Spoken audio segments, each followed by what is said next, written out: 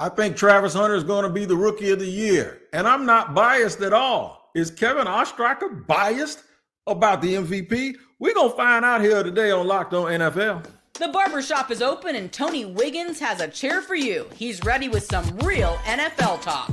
The local experts of Locked On bring their expertise, and Wiggy is ready with his clippers and shears. Sit down and enjoy. The new Locked On NFL starts now. Locked On Podcast Network. Your team every day. You got that right. It's your team every day here on Locked On NFL. We thank you for making us your first listen. Welcome to the Barbershop, the second edition of Locked On NFL, every single day here on the network. Shout out to my man Tyler Rowland, the Madman, for waking y'all up. Now, I'm going to try to get you through today with the help. Kevin Ostrich, Locked On Ravens, who comes in here every Tuesday with the same stuff on his mind. He's going to talk bad about the Steelers. He's going to talk good about the Ravens. That's what he does. We're going to let him do other stuff here today. But we're going to make sure we let you know that wherever you get your podcast, we'll be available. We're free to subscribe to. If you watch, good, we're there. If you listen, we are there too. No doubt about it. And today's show is sponsored and brought to you by Gametime. Make sure you download the Gametime app. Use code Locked On NFL and you'll get $20 off your first purchase. That's where we at with Gametime, and I'm going to tell you where we at with this show. Here's where we're going to go. We're going to do League MVP last. I know that's the most important award, individual award, but there's a reason why we're going last with that one, because Kevin Ostrich has something. Who's going to be the defensive player of the year? There's some things that factor into that. We're going to start at the top, though, with the rookie of the year, Kevin. First of all, Kevin, do you believe me that Travis Hunter is going to be the rookie of the year? I think he has a shot. Everybody's got a shot. I think he has a no, not everybody has a shot. You're telling me a 6th-round backup quarterback has a shot. Not everybody has a shot. Okay. All right. Listen, the Peacock and Williamson podcast. We're going to talk about two guys in this segment. The Peacock and Williamson podcast raised a very interesting question a couple of weeks back about Travis Hunter. Listen to this. I want to start with a question about Travis Hunter, Matt. And this is a really good question from Dave, who says, if Travis Hunter is, quote unquote, just a Pro Bowl receiver, did the Jags overpay for him? I.e., does he have to play both sides of the ball to be worth it? Because if you're a Pro Bowl wide receiver, that's a hit, right? That's a huge hit in the NFL draft. As an expensive position. In his second contract, he'll be making $30-40 million per year. But they did trade future first. This was a big swing to go up and get a special talent. If he's just a Pro Bowl wide receiver, is it a bad move by the Jacksonville Jaguars? All right. So whether or not he's considered worth it or not, all the draft picks is a different conversation, but it's relevant because anytime a team gives up that kind of compensation for a dude, you know they're going to force him down your throat one way or other and have big plans for him. What do you think? Tell me why. Give me your pro and con to Travis Hunter being the rookie of the year. I mean, I think for Travis, and kind of just to go into what that clip was about, I don't think it's a disappointment for Jacksonville if Travis Hunter's a Pro Bowl wide receiver. I mean, I know the expectation is going to be there because obviously of his dual position ability and what, both they and we are talking about here about you trade a lot of draft capital for him. So you better hope he's the next big thing, or else you just threw a lot of valuable assets down the drain. But, go back in the top 5, Wig. How many busts have there been that haven't even sniffed the Pro Bowl, that have been out of the league after 3 or 4 years or on their second team? I mean, if you ask it's a different position, but like if you ask the Jets, hey, what if Zach Wilson was just a Pro Bowl quarterback? They would have said it, please, give us that outcome. So I think that, again, it's the reason that he plays multiple positions, and I think that gives him a great shot to win Rookie of the Year, but it just depends on when we get to week 1, right? We can talk about how they're using him during the mini camps and the training camps and the preseason, but once we get to week 1, how does Jacksonville want to utilize him? And you got 7. Go ahead. I was just going to say, if they go out there and he's playing big, heavy snaps in multiple spots, and they surprise everybody, then, hey, that gives him a good opportunity. But to me, I think that for Travis Hunter, his talent, his athletic ability, it's all there for him. And I think the position that he's in, especially playing next to Brian Thomas there and having Trevor Lawrence, you got to pick one of them. You got to Yeah. pick to defend one of them. So if they go all out on Travis Hunter, well, hey, guess what? You saw what Brian Thomas could do his rookie season. He's about to go crazy because we saw that for Jacksonville, they didn't have a lot of those 1B guys last season. So I'm excited to see what he can do. I'm going to play a clip for the only other player I think has a chance to win this. Well, it's two of them. One of them is Ashton Genty. I just think their team is not very good. The other one, because people love sacks. I think the Giants are really loaded up, and they're going to be able to chase the quarterback. Listen to Patricia Traynor talk about their defense. This is a make or break year for Shane Bowen. He's got more talent to work with. Obviously, health is going to be a key factor, but he's got the talent now. There should be no reason for this Giants defense to get gashed up the gut on the, by the running game. There should be no reason why they can't keep up with these faster receivers that they're going to see this year. There should be no reason why quarterbacks who are mobile should be burning them. I think they've got the talent if they want to assign a spy. There's just so many more options. Abdul Carter's a great player. I think Abdul Carter, I think they're going to stack him at linebacker, let Burns and Thibodeau on the end, and then on third downs, all three of them are coming after the quarterback. That's going to be an absolute nightmare. So I'll give him his grace. But let me get back to Travis. If Travis Hunter catches 45 passes for 780 yards and 5 touchdowns, and 2 of them are one of them is one when he catches a slant and runs away from everybody. The other is when it's a 50-50 ball and he goes up and snatches it from a dude. And let's just say in week 13, right, in the rain in a very close game, somebody punched the ball and he's there and the ball dribbles and he picks it up and he runs for a touchdown. That's the only one he got all year, right? But that's a big game. And then at some point, he gets 3 or 4 interceptions. And all of them mean something. And one of them, he actually gets it on a quick slant. He jumps a route and takes it home. That's it. He's done. I don't care if he is a Pro Bowler at any position. If he scores on a punt return, an interception return in a big moment, and is able to make spectacular Odell-type plays once every blue moon, he might not have to be great at one thing to be a Pro Bowler or an All-Pro. He just might be that dude that doesn't get an award or that doesn't receive one of those accolades, but you go, ain't nobody better than him. We've seen that before where guys were just a little bit of everything, right? But they impacted the team and they made spectacular plays. I mean, right now, I'm going to tell you right now, most folks don't even understand this. Odell Beckham Jr. wasn't anywhere near the player Tyreek Hill or somebody like Antonio Brown was. But guess what? He got that catch, baby. And when you got that catch, and you got the haircut, and people talk about you, you're still a star.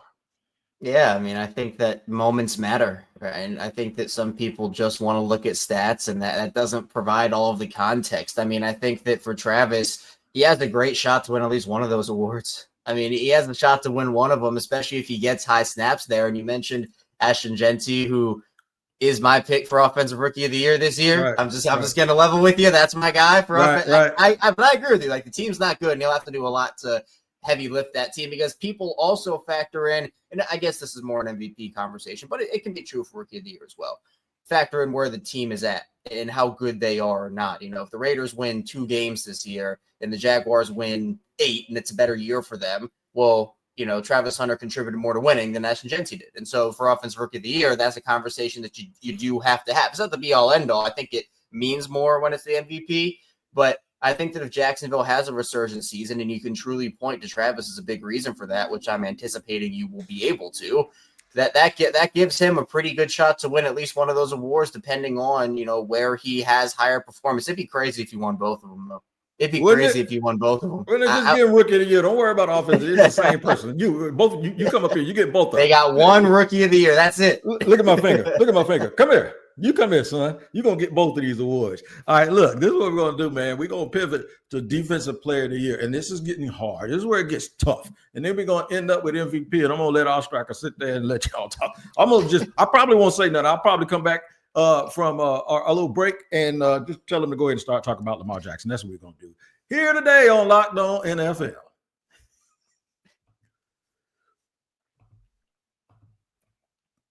All right, today's show is sponsored and brought to you by Gametime. I know you've been watching that NBA action, man, and it ain't nothing like sitting courtside watching these dudes go for that title. I love that I can see my exact few before I buy my seats, and there's no surprises. And you buy your seats late for those games right before tip-off. There's usually great prices on all of them. With Gametime guarantee, your tickets are 100% authentic. Take the guesswork out of buying tickets with Gametime.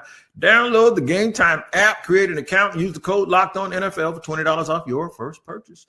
Terms apply. Again, create an account and redeem code LOCKEDON NFL for $20 off. Download the Gametime app today. Last minute tickets, lowest price, guaranteed.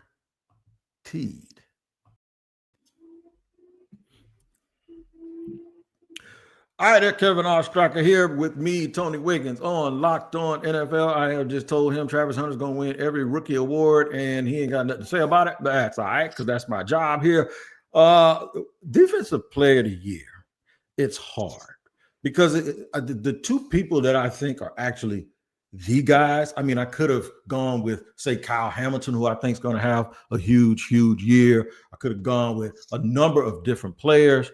But you know what I did? I just went with the two dudes that I think are flat out the best players in the league. Now, one of them has a lot of help. The other one, I don't know about that. So let's go right now to my man, Spencer German, and you can already figure out what team one of those guys plays for. Just wrapped up our live Miles Garrett reaction show. I did see a comment after the fact that I should have put on during the show from a Rick Atwell, who asked me, what does this mean for the Browns cap this year? That's a great question, and one that I plan on trying to answer during this week of shows. We don't have that answer right now, though, because all we know right now is like the parameters of the deal. But as many fans are aware, these things have so much language to them, money in certain places, signing bonus money versus base salary money. And so there's always ways you can manipulate it in terms of like how much is on the books this year versus how much is on the books in future years. I'm sure Andrew Berry either is going to tack on void years or at some point tack on void years. So that's all very fluid. We don't have all the answers to that right now. So Rick, to answer your question, we don't know yet. But as soon as we do know, you can bet your ass I'll be talking about it on a later episode of the Locked On Browns podcast. Thanks for watching today. Spencer, my man Spencer German from Locked On Browns does a fabulous job, as do all of our hosts. But he made a point. A lot of don't knows. They don't even know who's going to play quarterback. They don't know if Deshaun Watson is even going to hang around the facility. But one thing we do know, Miles Garrett is the man, and he deserves every single dollar he gets. He might not be able to win the MVP because the team might be so bad, but they ain't never stopped him in the past from being good when they're terrible. Yeah, I mean, seriously, Miles Garrett to me is, he has to be in this conversation. There's do a lot of guys every single year, but, Miles Garrett's impact on, where would they be without him? I think that's a big conversation you also have to have with these awards as well, where like Cleveland would just be, and not that they haven't been bad, but they'd be even worse without Miles Garrett. And the fact that he has single-handedly kept them in games, he has single-handedly won them games, and there's a reason why he got that big old contract. And, he's someone that will continue to be in those conversations probably for the rest of his career if he continues on this pace. And he's someone that, again, me covering the Ravens and going up against him twice a year, and you see it, how big of an impact he has, how much of a game wrecker he is. It doesn't really matter who's lined up across from him. He's matchup proof. So Garrett is somebody that is in my conversation as well for winning Defensive Player of the Year, but he's in a lot of people's conversations because he's that good. Absolutely. Somebody else is in a lot of people's conversations. In fact, this person is responsible for a lot of conversations. I'm not going to even tell you what team he plays for. I'm going to tell you what they're about to talk about, and you might know before you even see the faces of the voices that you might hear. You might already know the player. They're going to talk about culture and how culture needs to get fixed. Did anybody say podcast? Well, listen to this and you'll know exactly where I'm going. I think you see the culture of a locker room after a loss or two. I think in those moments, and you can even hear it sometimes in the clips of the press conference, that's when you find out how good your culture really is. Is it uplifting? Are guys being encouraged? Or are they starting to tune each other out? I think that's when you'll ultimately find out how much your locker room culture matters or it doesn't. I think it matters a lot more when you have a young team like the Cowboys are trying to build. And I think where it matters is in what you just described, but also in the off season. Hey, is your team going out and drinking beers, or are they, are they enjoying each other? Are they having a good time? And then when it's time to work, are they going to work together? You know what I'm saying? So I think that there's a good thing. There's such a thing as, creating a situation where you have positive peer pressure, positive peer influence, and that can be part of your culture. This offseason, DeMarcus Lawrence, who's always been known as a professional, said dudes need to basically paraphrasing him, he said dudes need to do less talking on podcasts and more talking in the locker room. Well, the person that was sort of aimed at is the dude that I think is right there with Miles Garrett, and that is Michael Parsons. I think if the Dallas Cowboys can get this thing right just a little bit, and I've been very critical of them, but I've also been complimentary of what I thought they did in the offseason because I thought they focused on infrastructure and not star power. They got enough stars on the helmets. Michael Parsons has a chance right now, and he's trying to get his money like Miles Garrett got his. Michael Parsons has a chance to make this year so special. He's Defensive Player of the Year. Yeah, there are so many guys, but I think for Michael Parsons and his domination, his ability, I mean, he's someone that can influence the game in so many different ways. And look, we know how dominant this Dallas defense can be, but the reality of the situation is that they really haven't been that, especially last season. And like injuries have played a factor in that.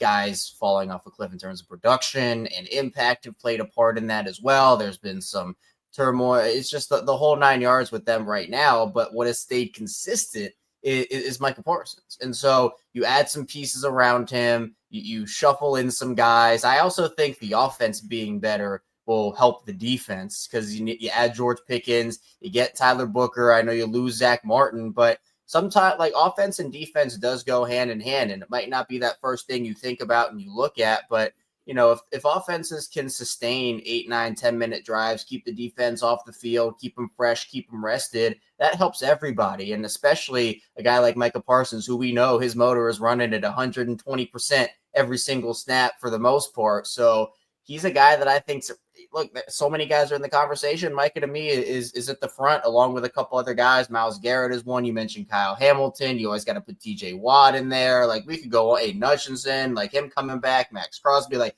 I could go on and on and on just listing off names because that's how many good talents there are on the defensive side of the ball this year. You are absolutely correct, sir. But now we ain't going to bury the lead no more. We're going to get down to the nitty gritty. We're about to get down to the stuff that I might see all over social media at some point next week. You might see it on the Madman Show with Tyler Rowland in the morning because Kevin Ostrich just cannot help himself when he talks about certain people. Who are those people? I'll tell you that, and I'll tell you why the NFL has trying to fix things, trying to give you a call that they missed. He knows what I'm talking about. We'll get to it in just a second here on Locked On NFL.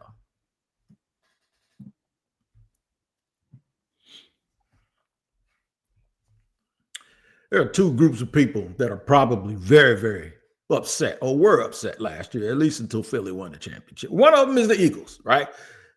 Lou DiBiase says that Saquon Barkley may have had the greatest year a running back has ever had. I think Lou said a few of those guys had the greatest whatever anybody at their positions have ever had, but Lou's my guy. And he has a right, like I said yesterday, to flex right now because Philly won the championship, right? Saquon Barkley did have a remarkable season. And in any other year, that would have been good enough to be the MVP. Lamar Jackson had a year that was probably better than any year he has ever had. And that would usually be good enough for MVP. You can maybe even say the same thing about Derrick Henry. Joe Burrow, look at his stats, but no, they gave it to Josh Allen. And I'm not sitting here to Bills fans. Bills fans, listen to me. They played way better than I thought last year. I thought Josh really turned the corner in his development because there were times when he was willing to win the game with 140 yards and handing the ball off, a la the Baltimore game, correct? So winning is everything. I'm not mad that he got MVP. I think the year that he had is MVP worthy. Before I go on, do you got anything you want to say about that? Keep going. I'm curious, man. Keep on talking. Keep going. But I think they gave it to him because maybe they felt he's good enough to get it, and maybe we missed an opportunity to give it to him before. And I think when they start thinking that way, they're going to make up for the fact that they also didn't reward Saquon Barkley in a year where he had 2,000 yards and was the reason mainly why the Philadelphia Eagles' identity was what it was, and they won the Super Bowl. He was the difference, right? It's such a difference that A.J. Brown moved to the side. All these guys moved to the side and just let him be the man on that team, right? Jumping over people backwards and everything else.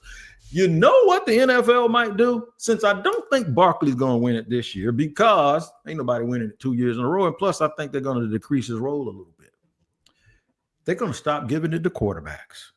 I got a guy that I believe might get it, and he's a running back, and he'll benefit from the people who didn't get it before. Listen to this. But to me, Jir Gibbs has got to get even more touches this year. And if it takes away a little bit from what Montgomery does, so be it. I love David Montgomery. Don't get me wrong.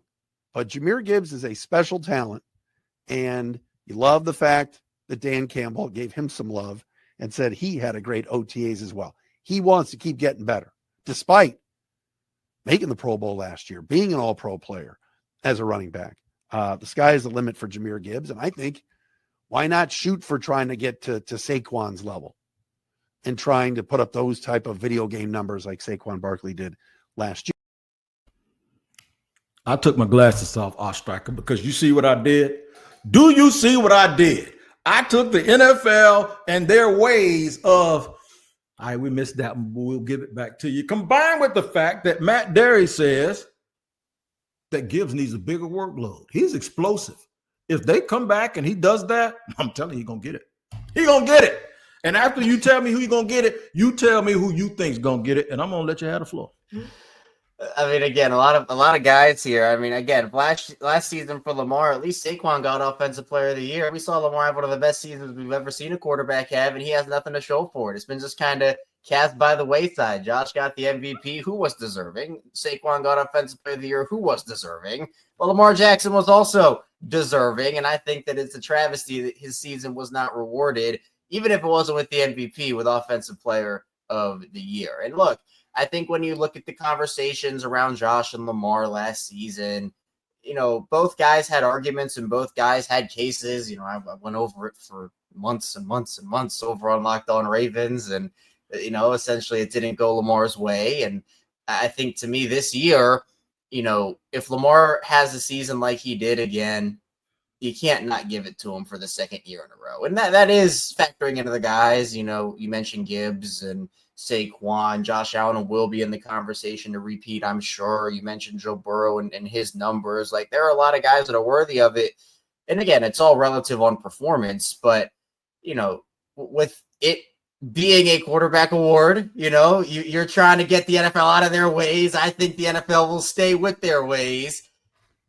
I think that Lamar is going to be the guy this season if he has a year at least similar, because I think that the way that it was last season was two extremely deserving candidates. One of them had to come out on the losing end of it. I think a lot of people, especially with the way the year ended, favored Lamar, but you know, we saw some of the comments made in the media and other things that might have skewed it one way or the other. And, you know, it's a new era where MVP voters are actively on the air every day sharing their opinions, and you can make assumptions, and not even assumptions. You can just tell, or they will tell you who they are voting for. And so maybe that will skew another voter or another voter here. And so if you are so passionate, you know, for example, like Emmanuel Acho was, or Dan Orlovsky was last season about Josh Allen winning that award, you know, that press comes out and Josh Allen got coverage that way. And Lamar certainly got his as well. But, you know, you look at the stats, and the one that I kept bringing up last season was that, you know, Lamar beat out Josh in every single statistical category, except Josh had the one win and Josh Allen had more rushing touchdowns on the season. Like, it's those types of things where, you know, you look at strength of schedule, which favored Lamar. There are a lot of different factors that factor into it. And Josh obviously had his fair share of things that he had over Lamar. It wasn't just Lamar was better in every single category. That's not the case.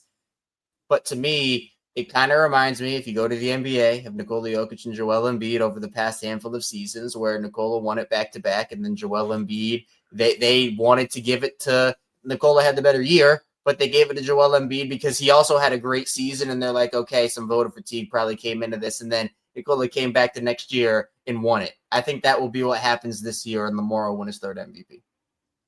All right, so I want you to get your opinion on Gibbs, because what I think might happen with Lamar, I think he actually might advance to the Super Bowl, but not be given as much credit, because sometimes, man, people get fatigued. And when a guy is great, I think that's what happened to him last year. I think people know, okay, Lamar's just going to be Lamar. They did that with Michael Jordan, man. Michael Jordan won, 6 MVPs? He was the best player in the league for about 11 years, and he didn't win it all the time.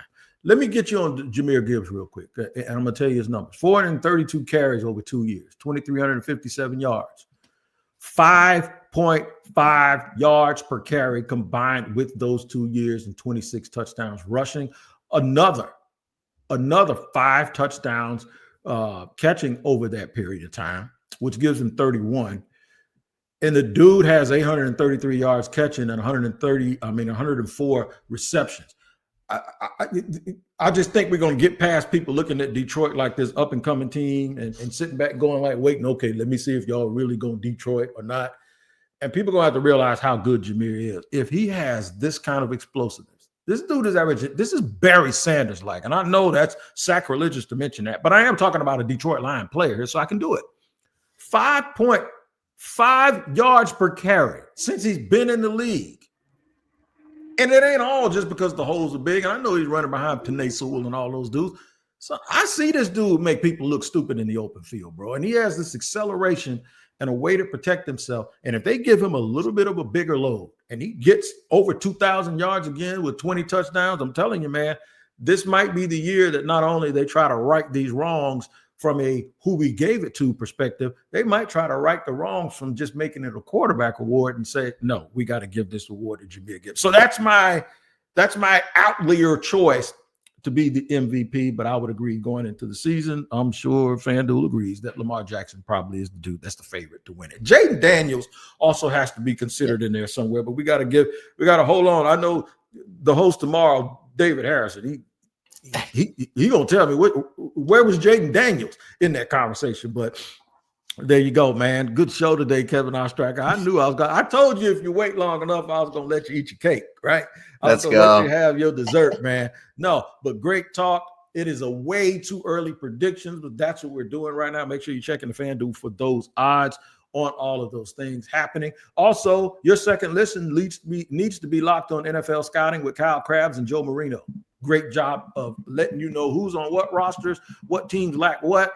You need to make sure you become a smarter fan by listening to the Locked On NFL Scouting podcast. You will absolutely enjoy it. Just like you enjoyed me and Kevin Ostrich here acting like two little kids today. We will be back tomorrow, like I said, with David Harrison from Locked On Commanders. Until then, you guys, thank you once again for spending over 28 minutes with me. Have a good time. We'll see you tomorrow.